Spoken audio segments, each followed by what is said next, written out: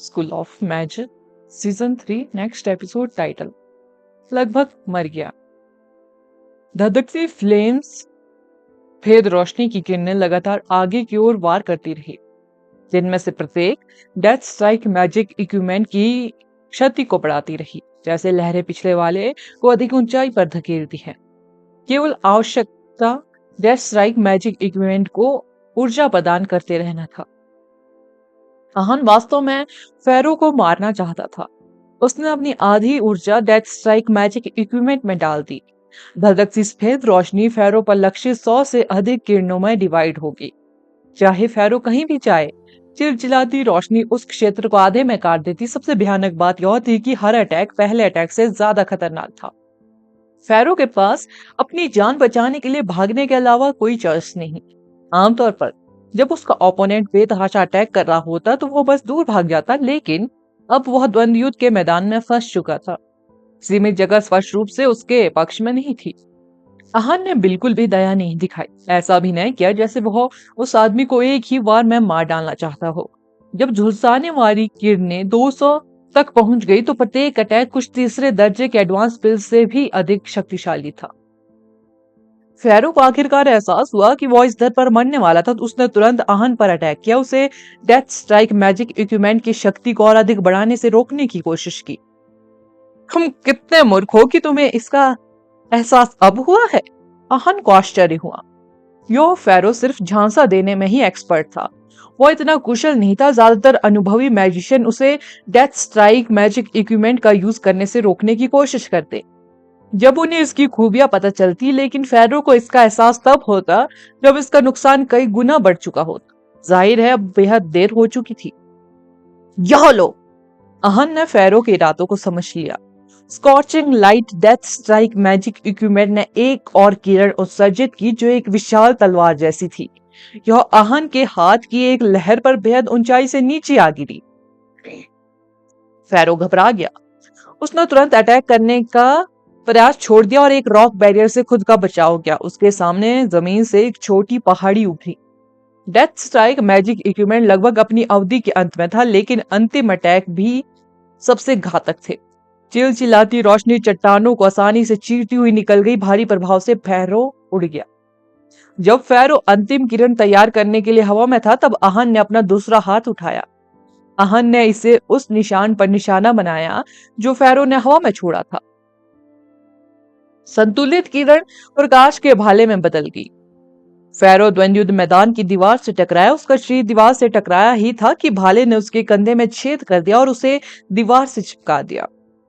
घाव से खून बहने लगा। चिलचिलाती रोशनी की जलन ने घाव को और भी दर्दनाक बना दिया। फेरो ने बेकाबू होकर झटपटाते हुए दर्द से चीख निकाली। मैं तुम्हें मार डालूंगा, फेरो क्रोधित जानवर की तरह दहाड़ा। उसे बेहद दर्द सहते हुए भाले से मुक्त होने में बेहद मेहनत करनी पड़ी। उसके चेहरे की मांसपेशियां लगातार हिल रही थी। उसकी आंखों से एक भयानक गहरे नीले रंग की चमक निकल रही थी और उसकी पुतलियां अजीब तरह से बड़ी हो चुकी थी। मैंने सोचा था कि तुम कोई पागलपन भरी चाल चलने वाले हो, लेकिन यह केवल रॉक डीमन आइज है, तब भी जब तुम पागल हो, आहन ने घृणा से कहा। आंखों ने एक भयानक शक्ति छोड़ी। गहरे नीले रंग की चट्टानों की एक परत उस क्षेत्र में फैल गई जिसे फेरो की दृष्टि ने कवर किया और आहन पर तेजी से बढ़ी। उसने चट्टानों की सतह पर छोटे छोटे घने ढेले देखे। आहन भले ही जानकार ना हो, लेकिन वो पूरी तरह से अनजान भी नहीं था। उसने जल्दी से लाइट एलिमेंट के साथ बचाव की तैयारी कर ली। 4 शील्ड ने उसे घेर लेती है। इस बीच चट्टानों पर गांठें बेचैन हो जाती है और एक भयानक चट्टान राक्षस के मुंह की तरह फैल जाती है। आहन को उनके अंदर नुकीले दांतों की कतारें भी दिखाई देती है। यह मनुष्य भक्षी चट्टान है, इसके द्वारा हड्डियों तक सिमट जाने का आनंद उठाओ। जब चट्टान डीमन ने आहन को निगल लिया तो फेरो जोर से हंस पड़ा। आदमखोर चट्टान एक असाधारण चट्टानी डीमन थी। वे वास्तव में पहाड़ों में जंगलों में पाए जाने वाले हंटर थे। वे खुद को गुफाओं के रूप में छिपाते थे और कुछ जीवित प्राणियों को आश्रय प्रदान करते थे। जब समय सही होता तो वे प्रवेश द्वार को बंद कर देते और उनमें मौजूद प्राणियों को तब तक खाते रहते जब तक कि वे गांठों जैसी दिखने वाली चीजों द्वारा पच नहीं जाते। यह वही प्राणी था जिसका उपयोग फैरो कर रहा था। उसने आहन के चारों ओर घातक चट्टान दानव को तितर बितर करने के लिए पेट्रीफाई का यूज करने का नाटक किया, जिससे चट्टान डीमन ने आहन को तुरंत निगल लिया। चट्टान दानव के पेट के अंदर से जोरदार धमाके आ रहे थे। आहन चट्टान तोड़ने की कोशिश कर रहा था, लेकिन चट्टानें अविश्वसनीय रूप से मजबूत थी। कई कमांडर लेवल के जीव वास्तव में उनके अंदर दम घुटने से मर गए। आहन ने एक बार फिर अपना डेथ स्ट्राइक मैजिक इक्विपमेंट निकाला, लेकिन यह स्पष्ट रूप से रॉक डीमंस के पेट को चीरने के लिए काफी नहीं था।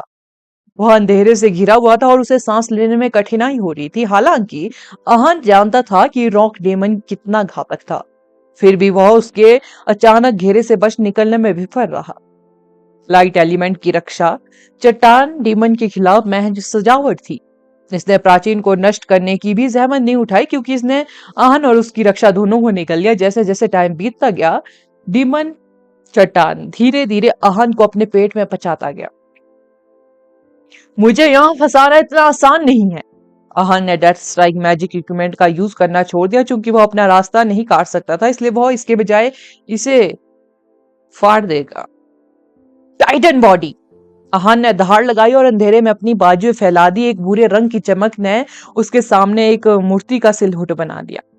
भूरे रंग का प्रकाश लगातार एक टाइटन की रूपरेखा में विस्तारित होता गया। टाइटन अविश्वसनीय रूप से विशाल था, चाहे रॉक डीमन और उसका पेट कितना भी बड़ा क्यों ना हो।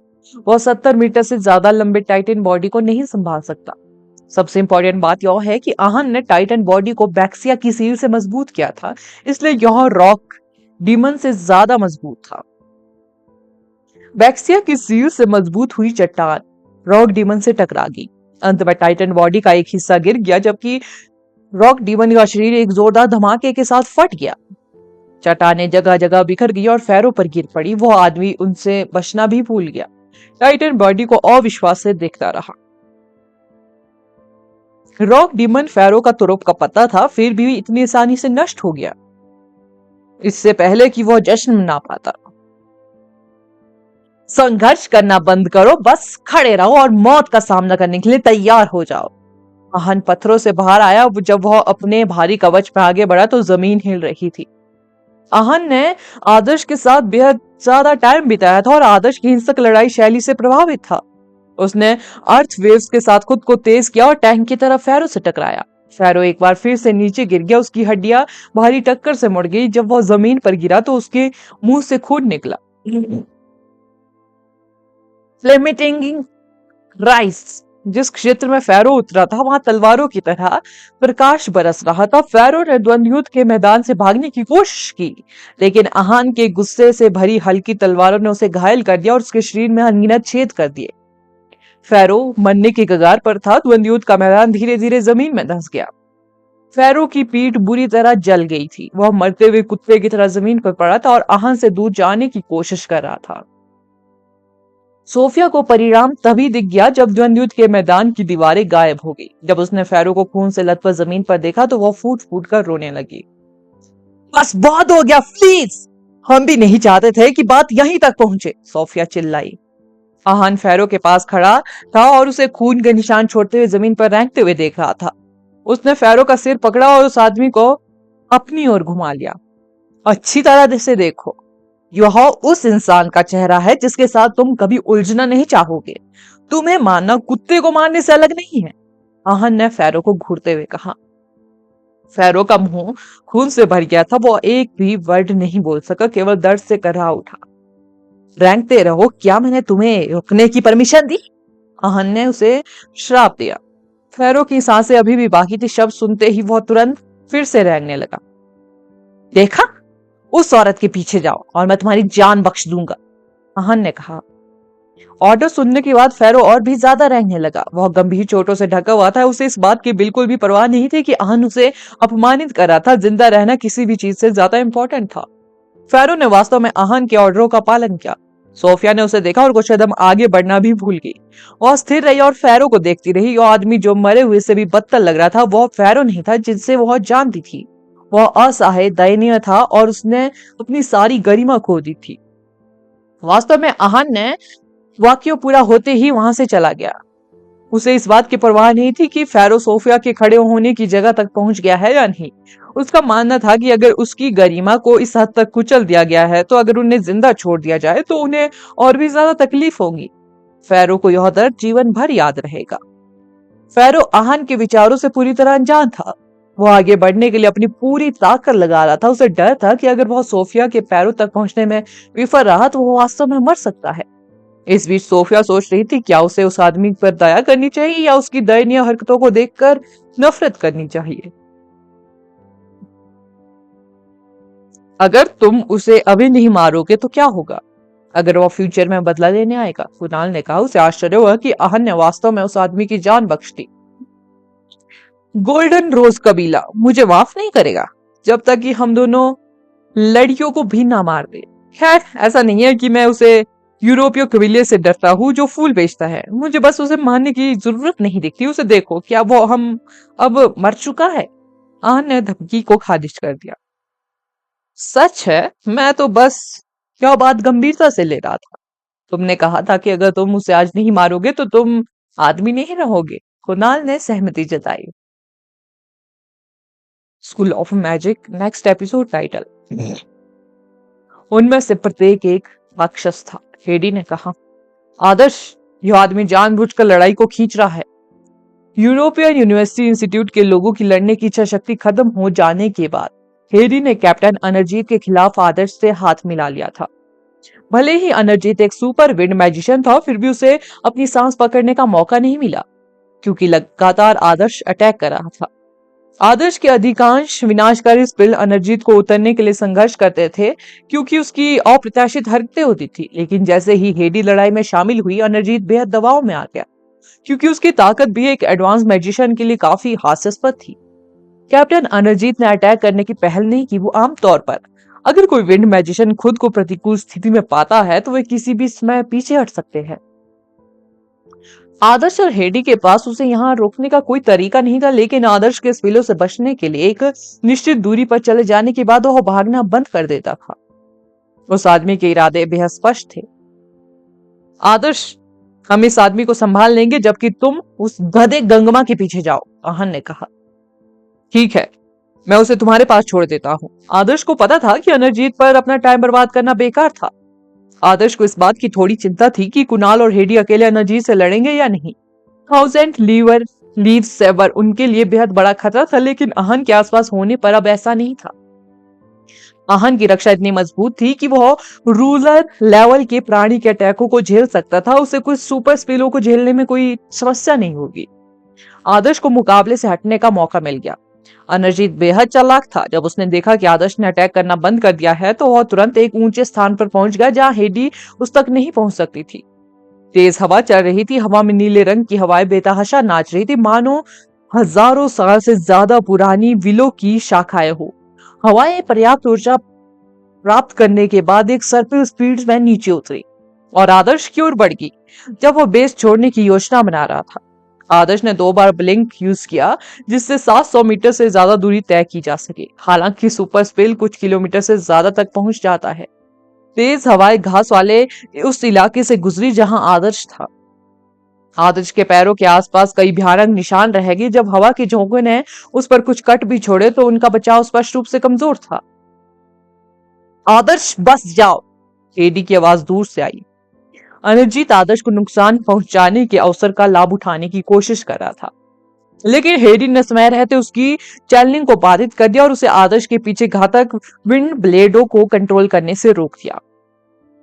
अनिर्जीत का सिर तब चकराने लगा जब हेडी ने उसे अपनी विल कैनन से उड़ा दिया। उसके पास बचे हुए विंड ब्लेड को उस पर निर्देशित करने के अलावा कोई विकल्प नहीं था। हेडी, आगे बढ़ती रहो, मैं तुम्हारी रक्षा करूंगा, आहन ने हेडी के समान स्वर में कहा। समझ गई, हेडी ने सिर हिलाया। उसकी इच्छा शक्ति तेजी से बढ़ी। वो हवा में तैरती रही और अनिर्जीत की ओर अपनी हथेलियां उठाई। एक शक्तिशाली बल अचानक आगे बढ़ा और हेडी के कपड़े और बाल उठा लिए। Will cannon level 3। हेडी एक साथ 3 कामों पर ध्यान दे सकती थी, जिसका मतलब था कि वो एक साथ 3 स्पिलों का जाप कर सकती थी। यह स्पष्ट रूप से एक अविश्वसनीय जन्मजात प्रतिभा थी। हेडी ने अपना सारा ध्यान अपनी इच्छा शक्ति को मजबूत करने पर लगाया था। उसकी मानसिक शक्ति पहले से ही हाई लेवल पर थी, जिसका अर्थ था कि उसकी इच्छा शक्ति तोप का एक विस्फोट आसानी से एक सुपर मैजिशियन को गंभीर नुकसान पहुंचा सकती थी। थ्री स्टैक की तो बात ही छोड़िए। अनरजीत ने अपने पंख फड़फड़ाए, हवा में ऊपर नीचे उछलते हुए। पहला धमाका उससे करीब 100 मीटर ऊपर हुआ, वो इससे बचने में कामयाब रहा। दूसरा धमाका अनरजीत की पीठ पर हुआ, उसने तुरंत अपने बचाव के लिए विंड विंग्स का यूज किया। तीसरा धमाका उस पर सटीक तरीके से हुआ, लेकिन उसके पास लाइट मैजिक की एक परत थी जो उसे बचा रही थी। विल कैनन द्वारा मारे जाने के बाद भी सुनहरी रोशनी गायब होगी। अनरजीत आसमान से नीचे गिरा और पानी की टंकी से टकराकर जोर से गिर गया। पानी सड़क पर फैल गया। अनरजीत जब टैंक से बाहर निकला तो वह भीग गया था, थोड़ा परेशान था। उसने हवा में अभी भी चक्कर लगा रहे विंड ब्लेड्स को हेडी की ओर निर्देशित किया। उनमें से कम कुछ 100 अभी भी बचे हुए थे और वे अलग अलग कोणों से हेडी पर अटैक कर रहे थे। हेडी हवा में मंडरा रही थी और कुछ ब्लेडों से बचने के लिए जल्दी से जमीन पर गिर गया और जो तीखे कोणों पर उसकी ओर बढ़ रहे थे। चिंता मत करो, मैं यहां हूं, आहन ने पास से आवाज दी। उसी समय एक लाइट स्टार कॉन्स्टलेशन चमक उठा। चमकते हुए तराजू हेडी की ओर उड़े और उसके ऊपर एक चमकता हुआ कवच बना दिया। तराजू की संख्या चौंकाने वाली थी। बाकी के तराजू सुनहरे कवच में छोटे संरक्षक आत्माओं की तरह हेडी के चारों ओर चक्कर लगा रहे थे। कुणाल ने टिप्पणी की, यह काफी नहीं हो सकता है। चिंता मत करो, और भी आ रहे हैं। Water curtain barrier. आहन ने लाइट स्पिल को के तुरंत बाद वाटर स्पिल डाला। जाहिर तौर पर किसी भी समय दो स्पिल को चैन कास्ट करने के लिए तैयार था और कुछ ही समय में दोनों स्पिलों को चैनल कर दिया गया। विंड ब्लेड्स आने से पहले ही वाटर कर्टेन एक विशाल छतरी की तरह हेडी के चारों ओर बरस रहा था। आन ने बैक्सिया की सील के साथ दो डिफेंस पिलो को मजबूत कर दिया। इसके अलावा दो एलिमेंटों को सोल ग्रेड सीडो द्वारा मंत्रमुग्ध किया गया, जो उन्हें अतिरिक्त प्रतिरोध, अवशोषण और प्रतिरक्षा प्रदान करते थे। दो स्पिलों को सुपर स्पिल का विरोध करने में कोई समस्या नहीं होगी। आहान को डर नहीं था कि भले ही अनरजीत ने एक मजबूत सुपर स्पिल डाला हो, उसके पास अभी भी एक तुरुप का पत्ता उपलब्ध था अपने अर्थ वेव की रक्षा। भगवान की मोहर के आशीर्वाद से उसका अर्थ एलिमेंट मजबूत हो चुका था। बैक्सिया की मोहर और उसके सोल ग्रेड सीड के साथ उसे पूरा भरोसा था कि अनरजीत का सुपर स्पिल कभी भी हेडी को नुकसान नहीं पहुंचा पाएगा। अरे, ये लोग भी राक्षस हैं, अनरजीत ने चिंता में बड़बड़ाते हुए कहा। आदर्श न केवल एक सुपर मैजिशियन को मारने में सक्षम था, बल्कि शुद्ध आयामी मैजिक वाली यह महिला एक कठिन प्रतिद्वंदी भी थी। अनरजीत को नहीं मालूम था कि उसके असाधारण मानसिक शक्ति के खिलाफ क्या करना है और उसे उसके अटैकों से बचते रहना पड़ा। अनरजीत को आश्चर्य हुआ कि आहन, जिसे उन्होंने पहले लॉक कर दिया था, वह भी एक पागल था। वो आदमी उसके सुपर स्पिल को भी बेअसर कर सकता था।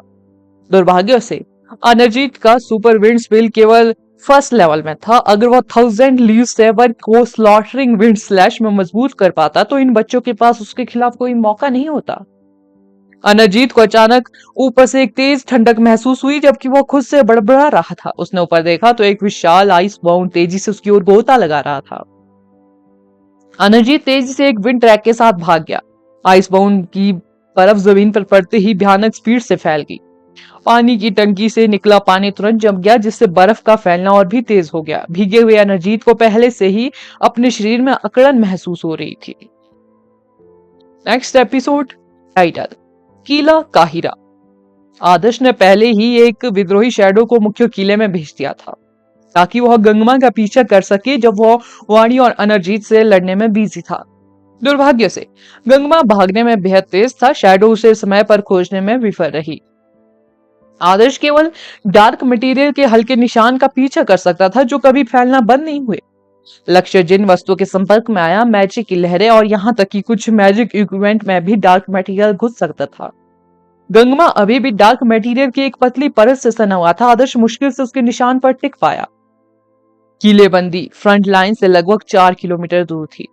आदर्श अंधेरे में तेजी से भागा और लगातार भागती हुई शैडो का मैजिक बिखेरता रहा। बहुत धीमा नहीं था, बहुत 10 मिनट से अधिक टाइम तक शैडो बर्ड के रूप में यात्रा करने के बाद पहले से ही फ्रंट लाइन में लड़ाई से होने वाली गगनभेदी आवाजें सुन सकता था। आदर्श उन आवाजों से काफी परिचित था। हर लड़ाई में यह एक जैसी ही होती थी। जादुई धमाके, ऊर्जा विस्फोट, डीमन प्राणियों की दहाड़े और घायलों और की पीड़ा भरी चीखें। एक आरक्षित खाई को पार करने के बाद मिट्टी और रेत से बना किला काहिरा आदर्श के सामने आया। हर महाद्वीप में काफी प्रतिष्ठित किले थे। जापान में आदर्श ने जिस पूर्वी समुद्री किले का दौरा किया था वो वहां सबसे अधिक बार लड़ाइयों में शामिल थे। इस बीच अफ्रीका में युद्धों का पैमाना, जिसमें काहिरा भी शामिल था, बेहद बड़ा था। इंसानों और ज़ॉम्बीज के बीच युद्ध हजारों सालों से चला था और आज भी जारी है। प्राचीन राजधानी के आसपास की काली भूमि की तरह कब्रें, भूमिगत भूगर्भ, कब्रिस्तान, मकबरे और भयानक जीव जो मरने के बाद भी दुनिया से जाने को तैयार नहीं थे, हर जगह देखे जा सकते थे। वो पहले ही अंदर चला गया है, लानत है। आदर्श ने किले को घूरते हुए बड़बड़ाया। किले के अंदर बेहद सारे मिस्र के सैनिक थे। आदर्श के लिए अकेले उन सभी से लड़ना संभव नहीं था। हालांकि आदर्श गंगमा को ऐसे भागने देने को तैयार नहीं था। उसने मैजिक का यूज किया। आदर्श ने दूर से काली मक्खी को और अपनी ओर आते देखा। काली मक्खी डार्क मटेरियल से मिला रिएक्शन थी। गंगमा ने आदर्श की ट्रैकिंग क्षमता को कम करके आंका था। उसने लाइट मैजिशियन से उसे और उसके मैजिक इक्विपमेंट को शुद्ध करने के लिए कहने की भी जहमत नहीं उठाई। ना केवल डार्क मटेरियल नष्ट नहीं होगा, बल्कि यह उसके शरीर के अंदर फैलता रहेगा। फैलाव धीमा हो सकता है, लेकिन एक बार जब डार्क मटेरियल एक निश्चित लेवल पर पहुंच जाता है तो आदर्श डार्क विदर को ट्रिगर कर सकता है। जब गंगवा गहरी नींद में हो और उसे मार सकता है, ठीक वैसे ही जैसे बेई यांग ने बिना किसी को बताए इशाना की हत्या कर दी थी। आदर्श के पास भी यही क्षमता थी, लेकिन शर्तें सख्त थी। उनमें से एक कमांडर लेवल की सोल रेमनेंट की जरूरत थी। कमांडर लेवल का सोल एसेंस बेहद मूल्यवान था। आदर्श एक अतिरिक्त कमांडर लेवल का समन बीस्ट बुला सकता था अगर वह उसे ब्रैंका द्वारा ली गई मैजिक मीडियम रिंग को दे। लानत है, अगर मैं उसे जिंदा छोड़ दूं तो वह कमीना और भी छोटी लड़कियों को नुकसान पहुंचाएगा। मैं हमेशा कमांडर लेवल के 16 सेंस इकट्ठा कर सकता हूं, लेकिन गंगमा को मरना ही होगा। आदर्श ने अपने दांत भींचे गंगमा को खत्म करने का फैसला किया। गंगमा पहले ही भीड़ भरे किले में घुस चुका था, लेकिन इसका मतलब यह भी था कि उसका आदमी ने शायद अपनी हिफाजत कर दी हो। बेजियांग 1000 ली से ज्यादा दूर किसी को मारने में सक्षम था। आदर्श का मानना था कि अब उसे कोशिश करने की बारी है। आदर्श ने खुद से कहा, मैं किले में घुस जाऊंगा और जितना हो सके उतना डार्क मटेरियल फैलाऊंगा। किला वर्तमान में ज़ॉम्बीज की सेना से लड़ रहा था। यह असंभव था कि कोई भी आदर्श पर बेहद अधिक ध्यान देगा। यदि वह प्रभावशाली कल्टीवेशन वाले कुछ पुराने जनरलों से टकरा जाता तो भी वह डार्क नोबल मेटल के साथ भागने में सक्षम होता। इसलिए वह इसे आजमाने के लिए पर्याप्त साहसी था। वह किले में पीछे से घुसा। किला मुख्यतः मिट्टी और रेत से बना था। केवल कुछ इंपॉर्टेंट फॉर्मेशन मजबूत चट्टान से बनी थी। वे संरचनाएं आमतौर पर ऊंची जमीन पर स्थित थी। किले का इलाका जटिल और अजीब था। वहां रेत के टीले, मिट्टी के सख्त ढेरों से बनी घुमावदार बाधाएं और आपस में जुड़ी इमारतें थी। पूरा किला मोटी रेत से बनी एक विशाल भूल भुलैया जैसा दिखता था। जब मैजिशियन ज़ॉम्बी से लड़ रहे थे तो यह इलाका उनके अनुकूल था। टोक्यो में पूर्वी समुद्री किले का क्षेत्रफल मिस्र के किले काहिरा के 5वें हिस्से से भी कम था। आदर्श जैसा शैडो मैजिशियन के लिए इसमें घूमना बेहद सुविधाजनक था। वह एक दूसरे से जुड़ी इमारतों में छिपकर आसानी से गश्ती दल से बच सकता था। मिस्र में अनडेडों के साथ कई मैजिशियन थे। फ्रंट लाइन में लड़ाई बेहद गड़बड़ थी, क्योंकि मैजिशियनों द्वारा बुलाए गए अनडेड और खफरे के पिरामिड के अनडेड एक दूसरे से भिड़ गए। आदर्श को दूर से केवल अनडेडों के काले समूह घूमते हुए दिखाई दे रहे थे और इतना खून की उसने एक झील बना दी थी। खफरे की सेना अजेय थी। जब आदर्श ऊंची इमारतों के पार सरकते हुए आगे बढ़ा तो उन्हें दूर और भी अनडेड दिखाई दे, जो फ्रंट लाइन में अनडेडों की सेना को मजबूत कर रहे थे। दुश्मन ज़ॉम्बीज आते रहे। भले ही मैजिशियनों ने अपने समन किए गए प्राणियों को मांस की दीवारों की तरह ढेर कर दिया हो, लेकिन यह केवल समय की बात थी कि वे जमीन पर गिर पड़े। जोरदार रंगीन स्पिल बारिश की बूंदों की तरह बरस रहे थे, लेकिन अनडेड फिर भी अपने पैरों पर खड़े होने में कामयाब रहे, टूटे हुए अंगों के साथ झूमते हुए। काहिरा की सेना के लिए असली समस्या सांप और बिच्छू डीमन की सेना थी। वे खून की विशाल झील के दोनों ओर तैनात थे। वे घात लगाकर अटैक करते रहे और सैनिकों को परेशान करते रहे, जिसके परिणाम स्वरूप मिस्र के सैनिकों को भारी नुकसान उठाना पड़ा। आदर्श एक इमारत पर उतरा। ठीक उसी समय एक विशाल बिच्छू डीमन इमारत की पहली 4 मंजिलों में घुस गया। नीचे की मंजिलें तुरंत ढह गई। इमारत पर कुछ हंटर और मैजिक एसोसिएशन के मेंबर्स थे। 30 साल की एक हंटर उन्हें ऑर्डर दे रही थी। आदर्श उसकी बात नहीं समझ पाया क्योंकि वो मिस्र में बात कर रहे थे। तुम किस दल से हो? तुम अभी भी क्यों भाग नहीं रहे हो? क्या तुम मरना चाहते हो? हंटर्स ने गुस्से से डांटा जब उसने आदर्श को इधर उधर भागते देखा। आदर्श जमीन पर गिर गया और उस इमारत से बच निकला जो अब उसके ऊपर गिर रही थी। दुर्भाग्य से काले बिच्छू की नजर उस पर थी। उसने अपने पैर फैलाए और फसल काटने वाली की आवाज निकाली। हंटर्स ने देखा कि आदर्श मिस्री नहीं था और उस जल्दी से उसे अंग्रेजी भाषा में चिल्लाई, बेवकूफ, छिपने के लिए कोई जगह ढूंढो। आदर्श स्थिर रहा। इमारत उसके 6 मीटर से भी कम दूरी पर टुकड़ों में टूट गई। विशाल काला बिच्छू भी उसके बेहद करीब था। आसपास के सभी हंटर आ भरते रहे क्योंकि उन्हें लगा कि वह निश्चित रूप से मर चुका है। वो हल्की सी चांदी जैसी रोशनी चमकी। आदर्श की आंखें तेज हो गई क्योंकि इमारत से गिरता मलबा चांदी की रोशनी में भयानक रूप से घिरा हुआ था। यह बस हवा में रुक गया, यहाँ तक कि धूल के कण भी नहीं गिर रहे थे। जाओ। जो मलबा उसके ऊपर गिरने वाला था वो और भी अधिक स्पीड से उस विशाल ब्लैक बिच्छू की ओर उड़ गया। ब्लैक बिच्छू की त्वचा मोटी और मांस मजबूत था। हंटरों ने कुछ इंटरमीडिएट स्पिलो का यूज करने के बाद भी उसे चोट नहीं पहुंचाई थी, लेकिन आदर्श ने जो बलमा फेंका उससे ब्लैक बिच्छू चकनाचूर हो गया। उसका गुदा हुआ मांस और खून उसके कवच से बाहर निकलकर जमीन पर बिखर गया। एक स्पेस मैजिशियन? हंटर और उसके सहयोगी शॉक रह गए। वे इतने प्रयास के बावजूद काले बिच्छू को मारने में असफल रहे, फिर भी युवक ने उसे एक पल में इतनी आसानी से मार डाला। क्या मैं पूछ सकता हूँ कि इस लड़ाई की कमान कौन संभाल रहा है? आदर्श ने दोस्ताना मुस्कान बिखेरी और खाली चेहरे वाले मैजिशियनों की ओर देखा। लाइटनिंग एलिमेंट पहले से ही साधारण मैजिशियनों के बीच बेहद ही प्रभावशाली एलिमेंट था, इसलिए जब ये मैजिशियन किसी भी व्यक्ति में स्पेस एलिमेंट को देखते थे तो वह पूरी तरह से चौंक जाते थे। दूसरी ओर आदर्श हमेशा प्रतिभाशाली लोगों, कुलीन लोगों, प्रतिभाशाली मैजिशियनों से घिरा रहता था और यहाँ तक कि दूसरे देशों में उसके सामने आने वाले लोग भी उच्च वर्ग से थे, इसलिए स्पेस, लाइटनिंग और समनिंग जैसे एलिमेंट उनके लिए उतने खास नहीं थे। यह जनरल एथन है, हंटर्स ने थोड़ी देर रुकने के बाद जवाब दिया।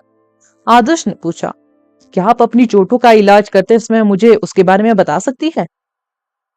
हाँ, कोई समस्या नहीं होगी, मैं जैनी हूँ। हंटर्स पहले से ही कहीं ज्यादा दोस्ताना थी। उसकी आंखें जानबूझकर उसे ऊपर से नीचे तक देख रही थी। जैनी एक हंटर्स थी। उसके दल में 7 लोग थे, जिनमें से प्रत्येक को कुछ चोटें लगी थी। जहर भी फैल रहा था। उनके और काले बिच्छू के बीच एक कठिन लड़ाई होने वाली थी, लेकिन आदर्श ने समय रहते आकर उन्हें इस मुश्किल से बचाया।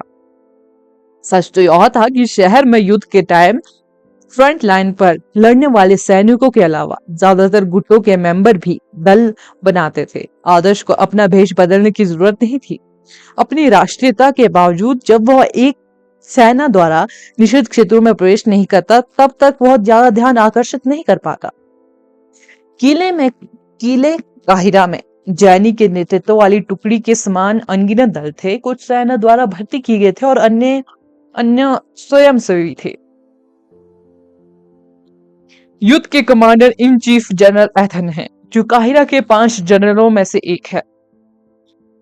वे प्रसिद्ध मैकर कबीले से है। वे सैन्य एकेडमी के ग्रेजुएट होने के बाद से ही सेना में सर्विस कर रहे हैं। भले ही वे एक प्रसिद्ध कबीले से है, लेकिन वे धीरे धीरे रैंकों में ऊपर चढ़ते जा रहे हैं। नील नदी के मुहाने पर स्थित द्वितीय शहरों में नियुक्त होने से लेकर अपने वर्तमान पद तक, मुझे याद है कि जब मैं लीटा पढ़ रहा था तब से वे शहर के जनरल थे। डीमन जीव सुरक्षित क्षेत्र के आसपास के बागानों पर अटैक करते रहे और शहर को खतरे में डालते रहते थे। यह जनरल एथन ही थे जिन्होंने डीमन जीवों को हराया और हमारी महत्वपूर्ण भूमि वापस ले ली। जैनी ने स्पष्ट रूप से जनरल एथन की प्रशंसा की। वे एक सैन्य प्रतिभा थे और उनके लिए एक राष्ट्रीय नायक